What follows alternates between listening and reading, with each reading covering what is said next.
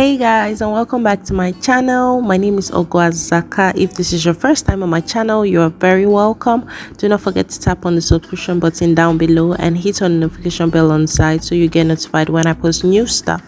If you're a no subscriber, I got mad love for you. So guys, today I'm going to be making egusi soup using my mom's good old recipe, of course with some of my twists here and there.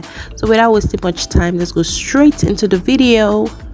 So these are the ingredients we're going to be working with. We have our pumpkin leaves, also known as ugwu leaves, washed and sliced. We have our beef, seasoned and boiled and sitting in all that goodness. Yep.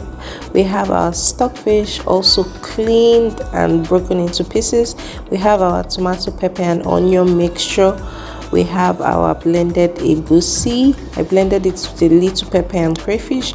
We have our Kpanla fish, of course. We have our Kpomo boiled with a little fresh pepper and seasoning cubes. We have our palm oil. We have some diced onions that we're going to use to mix the egusi, and we have some more diced onions that we're going to use to prepare the egusi, and of course some crayfish. I love crayfish in all my soups. Then we have our seasoning and our salt. So guys, let's begin.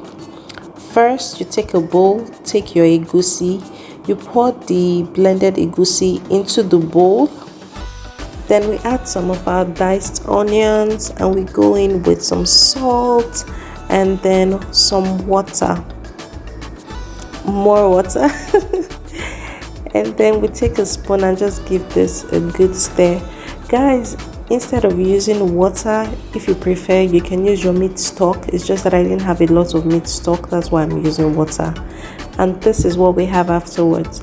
So you put your pot on fire. I don't have a non-stick pot, that's why I'm using a pan, so that whatever I'm frying doesn't burn.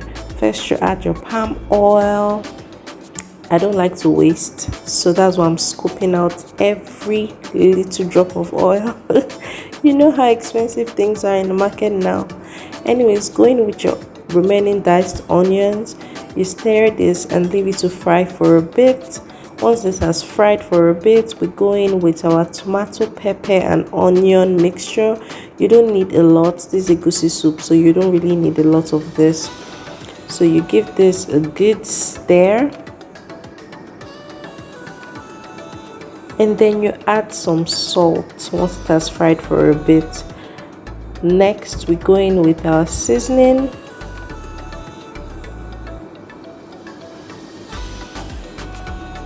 And then you stir this to combine. Once it's fried for a bit, we add just a little crayfish just to give it that, soupy flavor. We give this a good stir. Let it sit for a bit. Keep stirring so that it doesn't burn. Once it has dried considerably, as you can see, the onion and pepper mixture has reduced considerably. Now we go in with our egusi that has been mixed. You're just going to scoop this in gradually. You know how you make your akara now, you scoop it gradually, and this is what we have. You let it fry for a bit. I don't like to scatter it because I like to see some lumps in my egusi, so I will just stir it carefully.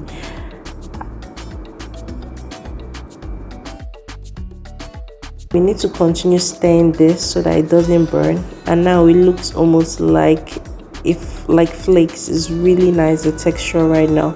So I'm ready to start preparing the soup proper.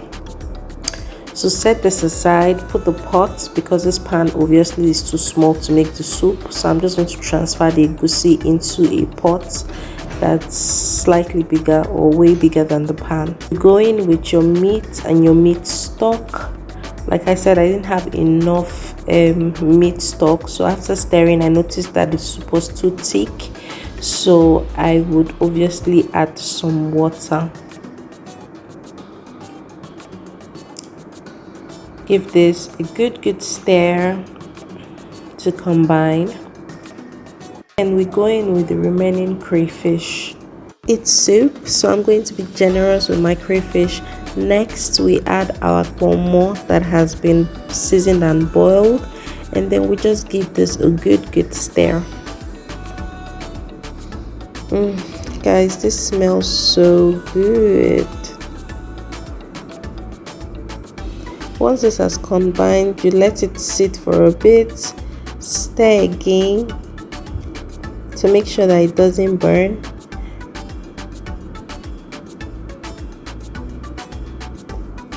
And then we're going to go in with our stockfish that has been washed already. Give this a good stir.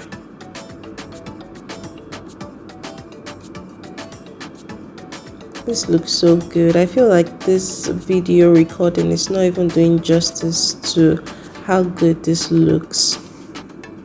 The soup is too thick, so I'm going to add some water and just stir this again. Next, we're going to add our Kpanla fish and give this a good stir.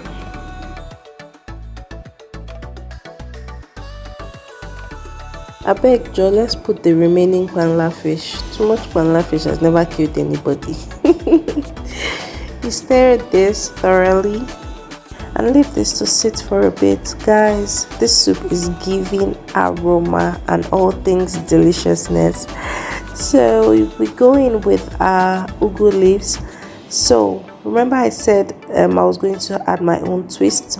So when my mom used to make egusi soup, she would use bitter leaf, but I'm not really a fan of bitter leaf, so that's why I'm using pumpkin leaves. Give this a good stir to make sure that it's thoroughly combined, and then just let it cook for a little while, say for another 1 or 2 minutes, and voila, our egusi soup is ready.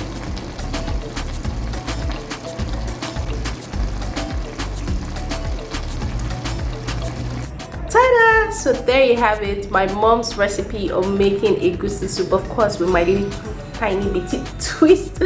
Again, just to mention, my mom doesn't use Kpanla for egusi soup, so if you do not want Kpanla in your egusi soup, you can totally leave that out. You can put in whatever you want, bush meat, goat meat, just name it, chicken, whatever you want. You can use whatever protein you want to make your egusi soup. You can also have it with virtually everything. You can have it with eba, poundo yam, pounded yam, semo. Sometimes I eat egusi with rice. I'm weird like that, but I'm sure I'm not the only person that eats egusi and rice. So yeah, I would leave in the description box below a complete list of the items that I used in preparing this. And if you have any issues with preparing this, just hit me up and I'll surely take you through it. Please do not forget to give this video a big thumbs up, and please subscribe to my channel if you haven't. What are you waiting for? Pretty please subscribe to my channel, and please hit on the notification bell on the side so you get notified when I post new stuff. Until I see you on the next one, bye.